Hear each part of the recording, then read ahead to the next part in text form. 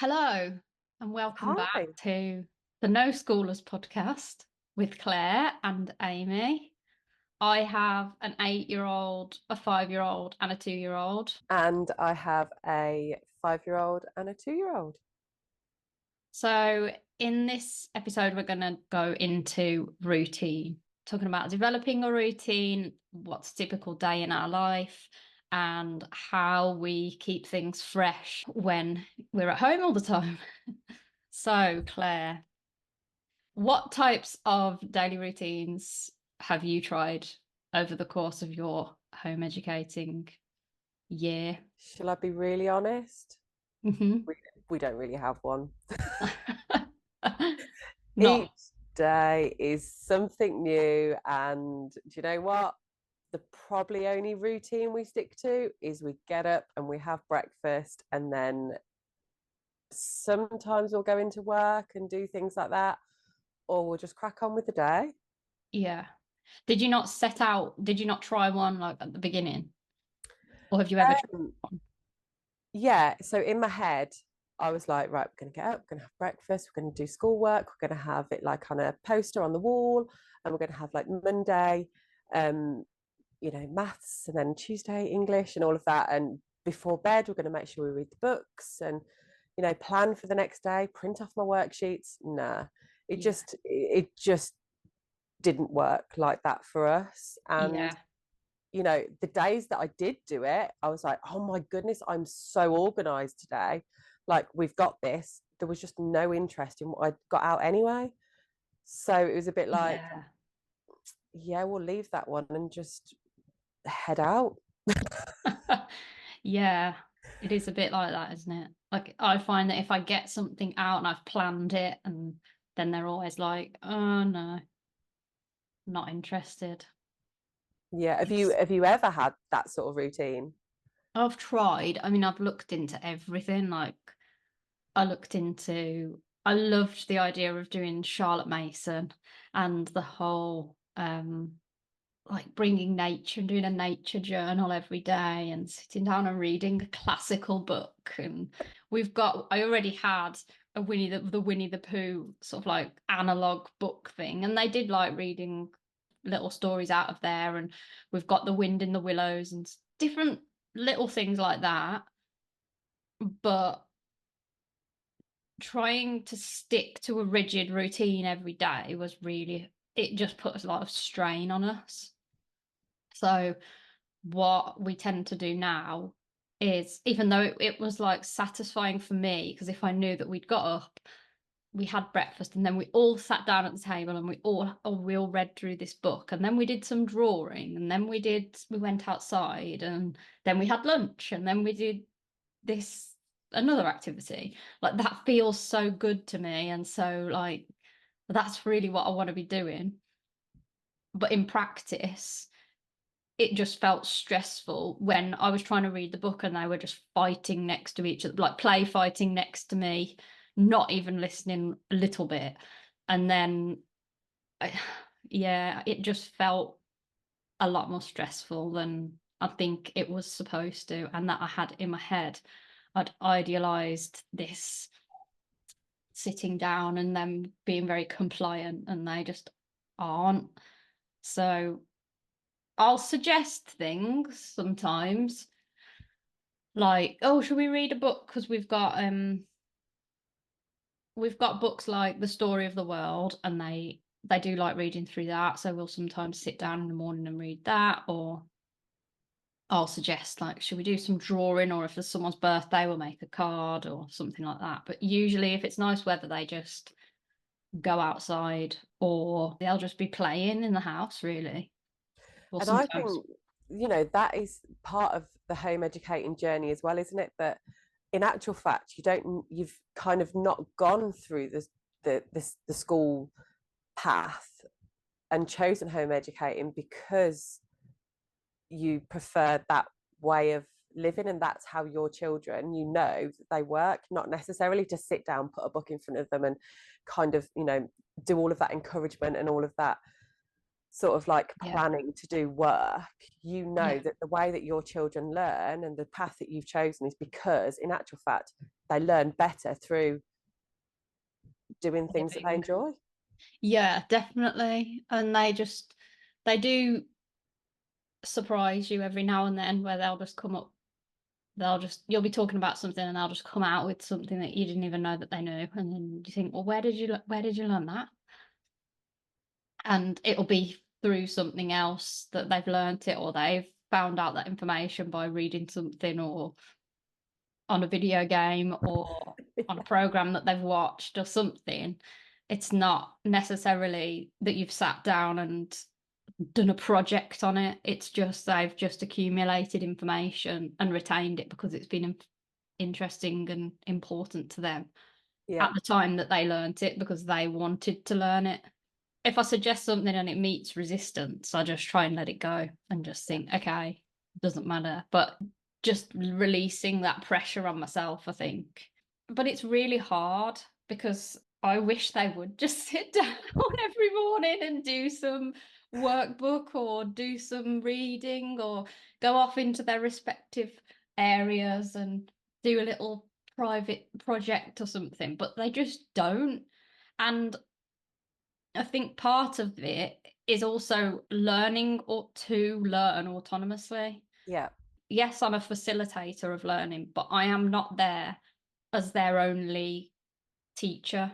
So I want to help them, if they're interested in something, to learn how to seek out that information and get the information that they need and want on their own, so that they're autonomous in their learning and they can carry that through into their adult life instead of relying on someone else to tell them this is what you need to do and this is what's important about that subject. Like Hudson was really interested in Titanic, and we did Titanic for ages. We had books and watched documentaries and watched YouTube videos and all sorts, but he was just really interested in like how fast could it go and how big was it and what were the measurements of the chimneys and how big were the engines and stuff like that.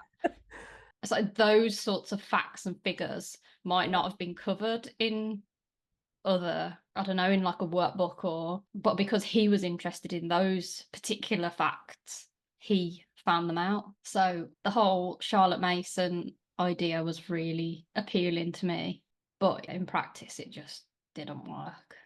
And I had to just suck it up and yeah, say, this isn't going to work for us. So it doesn't mean that I'm a failure, even though that's how I felt. Because Charlotte Mason is like, oh, you only need like 5 minutes on this and 10 minutes on that. And I thought, how can I not just get 5 minutes on this? But then I look back on my life and think, whenever I've had to learn something under duress, have I retained it? No. So then what's the point in putting out, well, all of us through a stressful 5 minutes that feels like 30, yeah. just for the sake of me saying, yes, we have a routine. When we do have a routine, it's just not a structure like school would be. And I think that's important because that's the structure for your family, isn't it? Yeah, but we don't really have a structure. We have a structure, I'd say we have a structure of our week, but our day in particular, our day is very free flow. So we have a structure through the week where we'll have, like, my 8-year-old has a club on a Monday. They both do swimming on a Wednesday, and we have a meet up every Wednesday. And then my 8-year-old also has a club on a Friday. So in that sense, we have a structure Yeah, of the week because we're always going to those same things. But yeah. other than that, we just take the week and the day and the hour as it comes and goes. What about you? It is a little bit like what you said. We've got the gymnastics on a Monday, regular meets throughout the week, but other than that, it's literally just winging it. And Yeah. we might find that in 12 months' time he's got a real like for something, or he might want that structure, or he might want that routine implemented into our day, and that's fine. Like, we can work with that. Yeah. But as long as we've got happy kids, do we really need that daily routine? Yeah. I You think it know, depends on your individual child. Some kids yeah, like thrive on that structure, don't they? And knowing yeah, what's coming next. And Mine, I push the idea of living a balanced life and having a balanced day. So that's a balance between screens, playing, getting outside, and doing something creative. Yeah. Because they would, if I let them, they would just sit on their screen from Yeah. the minute they woke up until the minute they went to bed. And as much as I understand why some parents and families allow that and allow them to make their own boundaries, it just doesn't sit right with me. I can't Yeah. sit there and watch them zone out, whether it's the PlayStation or whether it's an iPad. It doesn't suit me.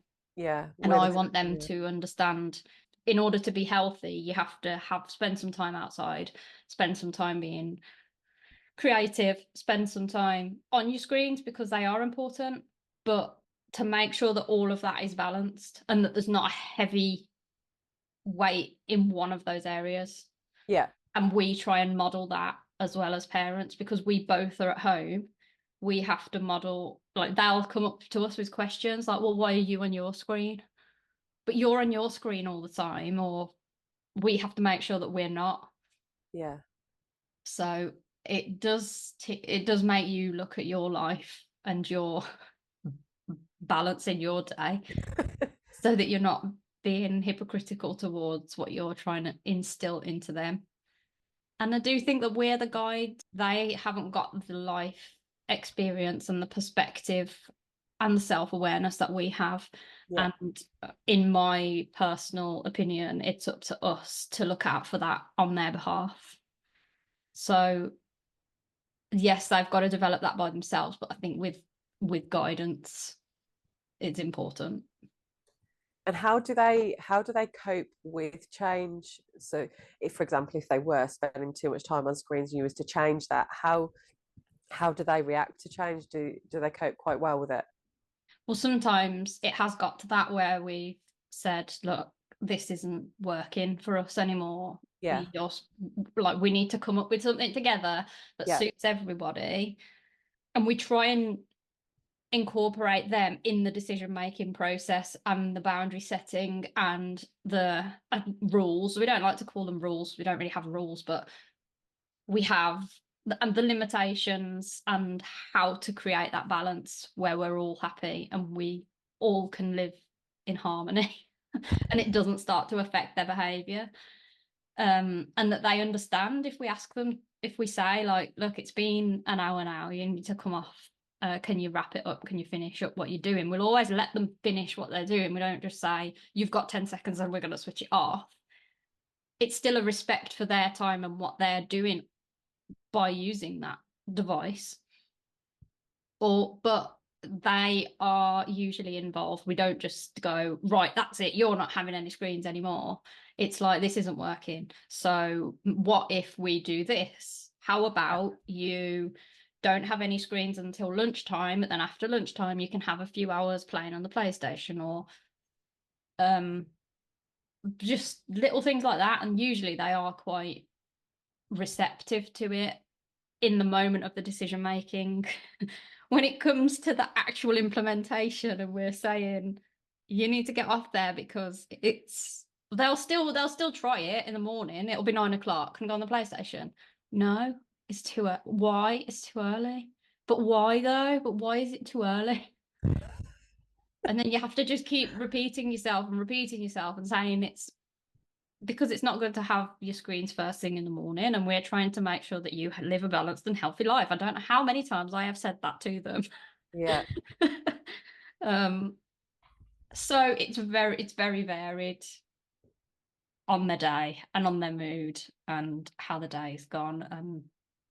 We have bad days, we have good days, we have days where they don't go on it at all, we have days where they're on it a lot more than we would have wanted them to. But again, the bigger picture is balance as well. Doesn't matter about those miniature little pieces in between.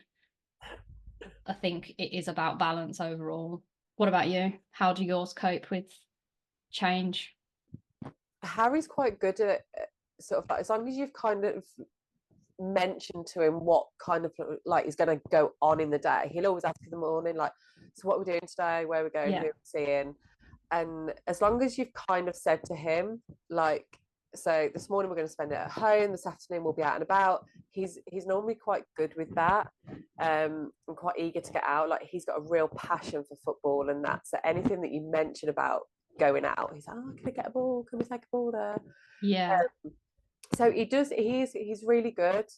He just likes being with people and being around his friends and stuff. So he's, as long as you've mentioned to him what the plan is for the day, it does tend to flow quite well. I mean, I don't go into every little detail with him of what we're going to do. He's only 5, and I'm sure with time there's going to become more questions, more attitude, and all of that. But I'm ready for that. Yeah. That's the other thing. We try and make sure that they have a bit of time like to themselves. Most days we go out somewhere, but if we do have a day where we are just at home, we do try and make sure that they spend a bit of time apart Yeah. so they get that bit of space. It's become more and more important to my 8-year-old recently, whereas he seems to seek out a bit of alone time, and he'll say, like, he'll go and zip himself into the trampoline and just lie on the trampoline, or and he just wants that bit of space, I think, because I suppose it can get a lot, can't it, being around your siblings all Yeah, the of time course. a lot. So I And think how do you juggle that in your daily routine? For example, if Hudson's got sort of like a particular interest, and then Ruben's got another, do you make sure that you cover those in your daily routine, or is it kind of like, do they follow the same sort of interests, or? they definitely don't have they do share some interests, but they definitely have different passions. Yeah. um like Ruben absolutely loves cooking and animals, and Hudson just loves anything to do with vehicles or machinery or stuff like engineering wise sort of things. I don't tend to plan anything, so it doesn't, like, in that sense where I'm like, right, we must include something about animals in our day to day. They will instigate it, Yeah. and they will come to me and ask a question, and then that's how we fit it in. For instance, Ruben will be like, he gets his hamster out every day, and he will be the one to say, can you help me get Guinea? Guinea is the hamster. because he wanted a guinea pig, and we got him a hamster instead, so we called it Guinea. I love that. I really um, love that.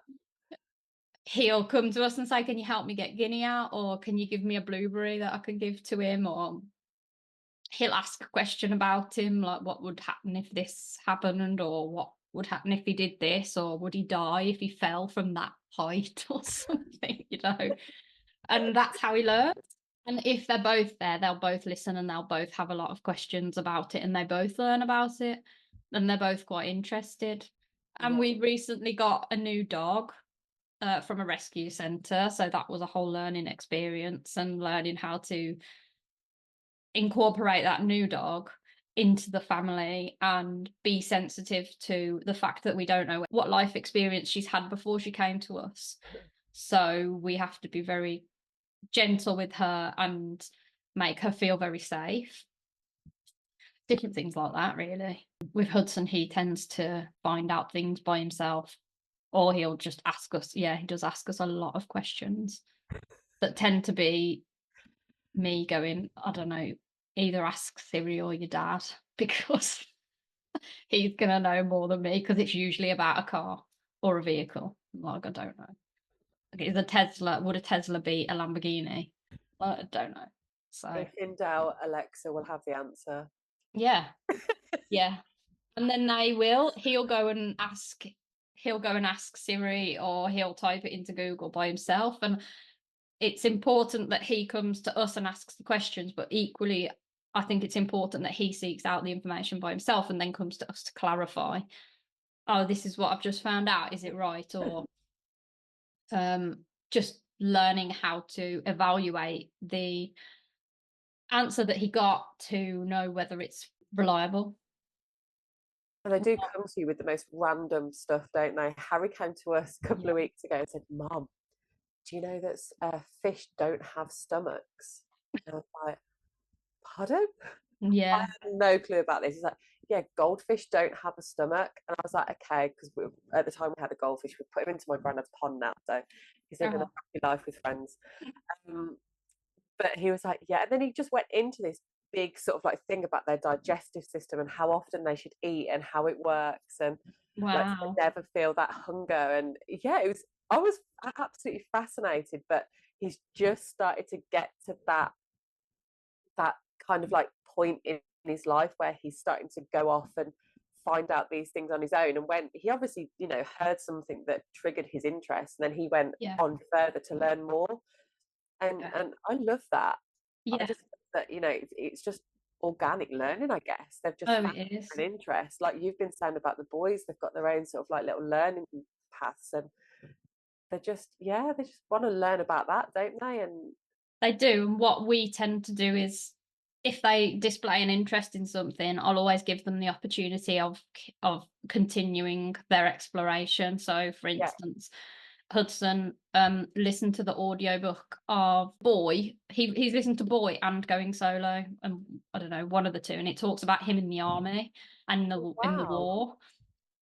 And Hudson is really interested in military and vehicles and stuff. And I said, well, do you want to go to the library and we can get that book out and then you can read it for yourself? And he's like, I think I would really enjoy that book because it talks about him in the war. And it's just giving them the opportunity then of furthering and advancing their interests. Because if I'd have come to him and gone, shall we start learning about World War II? He'd have been like, why? Don't care. But because it's organically come to him and he's actively taken an interest in it, us going to the library to get that book out, he will be much more inclined to actually read it than me saying, oh, do you want to read this book? Because it just wouldn't work. Because I've tried that before. So yeah, I see us as more of a facilitator of learning than a teacher, yeah. and just let them find their own interests and find their own passions and subjects that they want to learn about, and we're there to help them seek that information out. Discover where they can learn more. Yeah, or Yeah, take them to the places, show them where they can learn more, or take them to the museums, or find out. It's definitely still up to us to find out, like, where, oh, I wonder if there's a museum about that, or I wonder if there's somewhere that we could go, or I wonder if there's someone we could go and talk to, or because like my nan is still around and she's 95. She was around in the war and had a bomb drop at the top of her street, literally. And she said she can remember the bombs going past the window. They used to have a bunker in their back garden, things like that. So just going round to her house and having a chat with my nan is like a whole history lesson. yeah. But it's much more relatable because they're like, but I can actually speak to you and you are part of my family and you give me £5 every week. And you actually lived when these planes were dropping these bombs that I am really Yeah. interested in. And it's having all those connections just make that learning so much more rich in their life, I think, than just looking at it in a Absolutely. textbook because someone else has told you this is what you need to learn and this is important. But now it's relatable for Mm-hmm. you guys, isn't it? Being Yeah. so close, and And yeah, it's interesting it's now because I'm like, real. wow, Nan actually lived through that. And I love hearing her stories. It's so It's part of it, interesting. isn't it? Yeah. It's yeah, It's so unrelatable to our life now in this country. I know that in a lot of, but it can be related to a lot of situations that are still going on right now.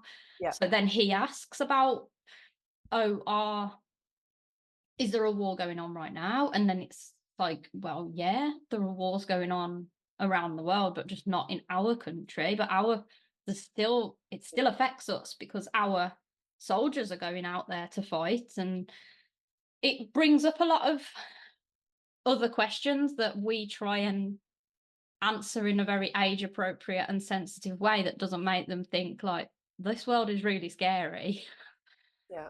and not want to learn any more about it. Because I think we probably could go into too much detail with some things.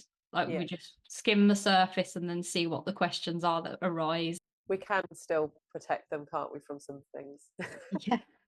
Yeah. Yeah. And I think that's important, isn't it? Like picking Yeah. and choosing What information they how are. deep you go with something. Yeah. But then again, that's up to them also. We wouldn't offer up that information. No. But if they ask, then you sort of have to approach it in a child friendly way, don't you? I would hate to be like, oh no, I'm not going to tell you. I'll tell you when you're older. You're not old enough to know about that sort of stuff. I just think that that's not going to satisfy his want for the knowledge. If Eager to someone find says new to you, no, I'll tell you tomorrow. You're like, oh my God, I want to know. It must be really good. It must be real gossip. I don't agree with just saying, oh, I'll tell you when you're older. I think you I'll just find tell out them. one day. Yeah, you'll just tell them in a child friendly way without. Yeah, absolutely. There's a way to tell them. Quite a scary world, isn't it, that we live in, really?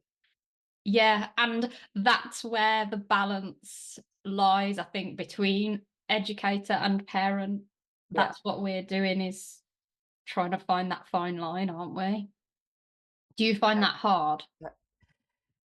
Yeah, I don't think my children, I mean, obviously Olivia is, and she's only 2, but Yeah. Harry's not really at that age where he's asked these kind of like in-depth questions yet. And I mean, I'm not completely blinkered to it. It's going to come soon, Yeah. but he's not got to that stage yet where, he's inquisitive, but he's inquisitive into sort of like the little things in life. But I'm pretty sure that day will come, and I'm sure it'll come soon. Yeah. But yeah, we've not really got to that point with him yet. But it's great to hear how you are finding those things, and to how we can learn to navigate around them, so to speak. Um, How do you find balancing the ages? Because you've got one that's not formal education age yet. And then you've got Harry who is. So how do you balance that? bit like a scale, it's a bit like this. Yeah. I find it is difficult to sort of like have that balance and know what's best, but I kind of have it in my head that if there's anything in particular that Harry really wants to do on a one-to-one, that Olivia really can't be involved in, sort of like his little experiments. He wants to make this volcano and we did it together, blah blah blah. We tend to do it when she's asleep. So, Yeah. Oh, you've and still got the nap, haven't you? the nap, yeah, it's key in our life right now. Yeah. Yeah. It's definitely a big thing. And yeah, so I just kind of say to Harry, if we've got a time where she's not around, or then or Daddy comes down and he can do it with Harry, or I have Olivia. We find the balance because we have to. Yeah, nap's key in my life right now. When that is gone, I'm not too sure. We'll figure that out when the time comes. Like the Yeah. rest of That's where we this struggle. journey. I Yeah, do struggle a lot because my 2-year-old doesn't nap and wants to be involved in everything, but not just involved, like involved, like just basically just wants to cause as much reaction as possible yeah. and have as much attention as possible. So I have to either set them up doing something, and honestly, I'll just put the iPad and his headphones on for half an hour and let him watch that, and then I go and do something with the other two if they want to, or if because the other two, they're at an age now where they can play a board game together, or they can look. We went through a phase, I'm not kidding, where we spent hours and hours playing Monopoly, like hours. Like one day, I think we had the game going for about 8 hours one day, and me and Ash were like, I think we've had enough now. Hudson's like, no, we haven't finished. Like, oh. But it's amazing how much learning goes on through Monopoly. Absolutely amazing. And he was so into it. He was the banker, so he was doing all the money. He was learning about property investing. He was learning about rent and rates and electricity bills and different parts of London, like reading, obviously. There was so much learning going on, but what we find happens is that he has something where he's obsessed for a short period of time, and that time can really vary. And we just have to ride it out and just keep going with it until he's fed up of it, and then he'll have moved on to something else. Yeah. But the trouble is with something like Monopoly, you can't have a 2-year-old around because the notes go everywhere, the Wipe the board. pieces go everywhere, everything's just everywhere. So yeah, I do find that quite tricky. But though the other two, so my 5 and 8-year-old, I can just set them up with something and try and leave them as much as possible. So, like, if it's drawing or if it's a board game or something, I'll try and play with my 2-year-old whilst they're playing, and then try and just, if they ask me a question or if it's my turn, I'll just run up, do it, and then go back just so that he's occupied. And if it's something that he can be involved in, he's involved. Like if it's cooking, he's got his own little plastic Montessori knives and peeler and stuff. So I give him a cucumber and he can chop that up, and or he'll mix, or he'll crack an egg. Or if he really can't and it's really something that they really want to do, I'll put Blippy on. We can have half an hour doing this thing. So don't actually think that that's a bad thing either. Screens are going to be, they're not going anywhere. They're going to be here. Anything, they're going to get bigger. Well, exactly. And them Technology. learning from a young age a healthy balance on how to use them and how to use them effectively, and also for entertainment, because we use them for entertainment, but not, but in a way that avoids that need for the dopamine, and to stay in touch with your body and connected with your body, and keep reminding them to make sure that you're still listening to your body. Like, I think that's another skill that they're learning, is balancing Yeah. screens as well as the other areas of their life that they To be enjoy. conscious, yeah. Yeah, being conscious, being Yeah. present, and staying connected to their own inner guidance, inner self, inner feelings. Technology, like you said, it's not going anywhere. It's only going to get bigger. How do you keep your kids engaged every day and wanting to keep learning and not feeling like it's monotonous? Or do you not feel that there is any monotony? Um, Good question. And also for you, I suppose, because the monotony is there for us as well, like getting up every Yeah. day and thinking, gotta do this again. Here we go again. Yeah. It's I think because we spend so much time outdoors, I think it's always something different for the kids to explore, to learn, and to do. And I Mm, think that's so important. Like, we're not going back to the same place every single day. So yeah. it's changed, like, the way that they explore and the way that they play is just kind of what they're feeling that day. I just feel like that they stay engaged because we're just doing something different every single day. Like, the way that they explore and the way that they do things is just different. So, but how do I keep them engaged? I have no idea. I think it's just because they do what they want to do. Like, Yeah. we explore, we do stuff as a family, and I don't really feel the need to really engage him. I feel like if I'm having to really try hard to engage him in something, actually he probably doesn't want to do it. Yeah. Yeah. And so the fact that we do things every day that I know my kids love and enjoy, then I think that I don't need to make sure that they're constantly engaged. I mean, don't get me wrong, the stuff when we're at home, I'm like, here, go and play with this game, or go and do this so I can do that. That's trying to engage them in something. Yeah. Um, but they're quite happy just doing what they want to do. Mm, And now the weather's better. My God, like, my kids never inside. They just yeah. want to be in the garden constantly. Yeah. So yeah, it's just about changing it up and making sure that they're able to be free, I guess. Just be kids. Mm. And I don't feel like I have to engage them into different activities because we just do life. Do you never get those days where they just sort of roll around and are like, oh, I don't know what to do, I'm bored. Yeah, Harry will come to me and he'll go, Mom, I'm hungry, thirsty, bored, tired, I'm bored. And he has no clue what emotion what he actually is feeling. He's just banging it out there like Yeah, bored.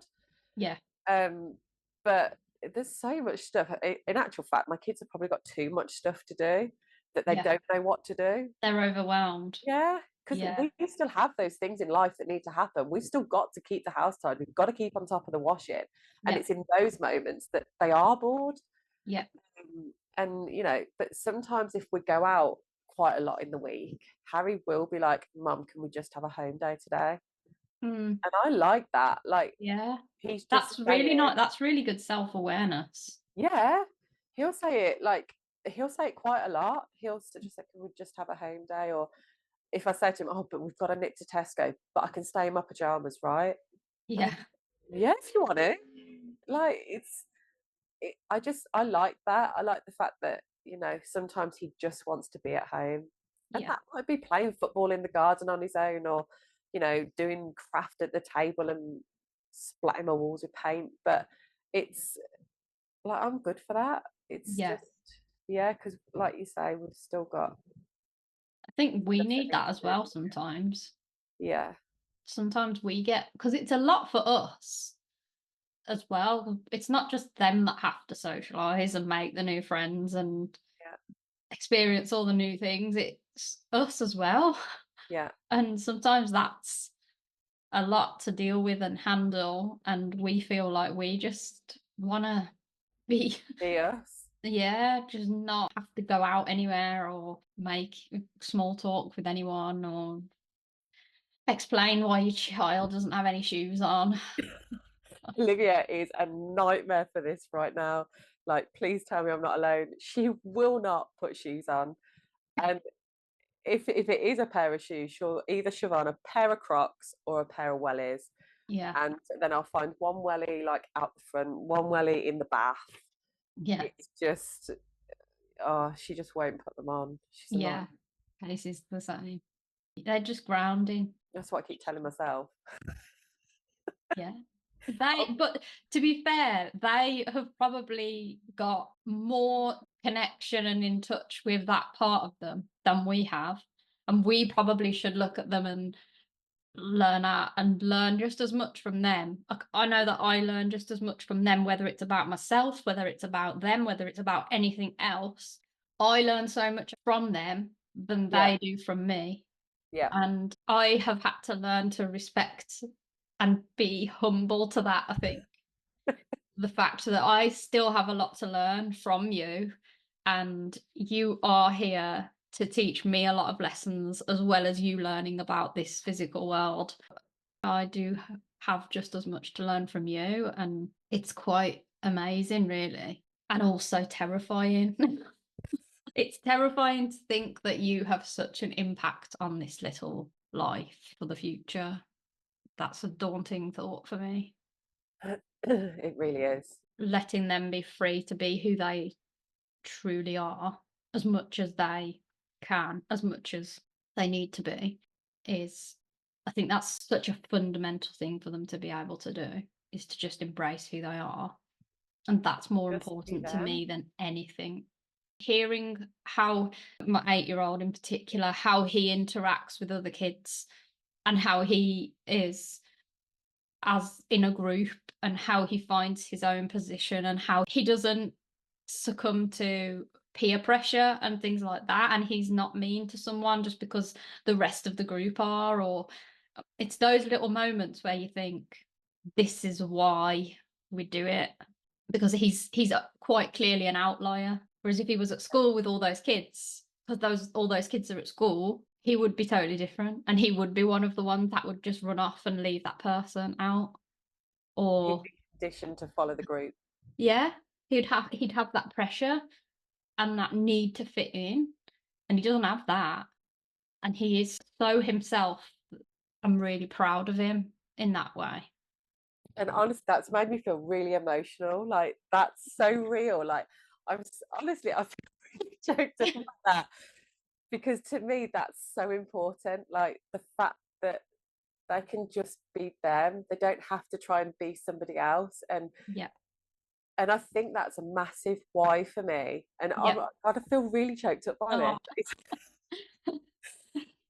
But for me, that's huge because like it's a massive thing for why us as a family chose to do this is for yeah. the kids to be them, not to be somebody else or A not to, version of themselves yeah. for the sake of someone else. Yeah, that was exactly our reason. And I love that. Yeah, Yeah. you got me. Oh, well, that was a really insightful conversation. It was. I love that. Yeah. Thanks, Claire. And we'll see you on the next one. See you in the next one. Look forward to it.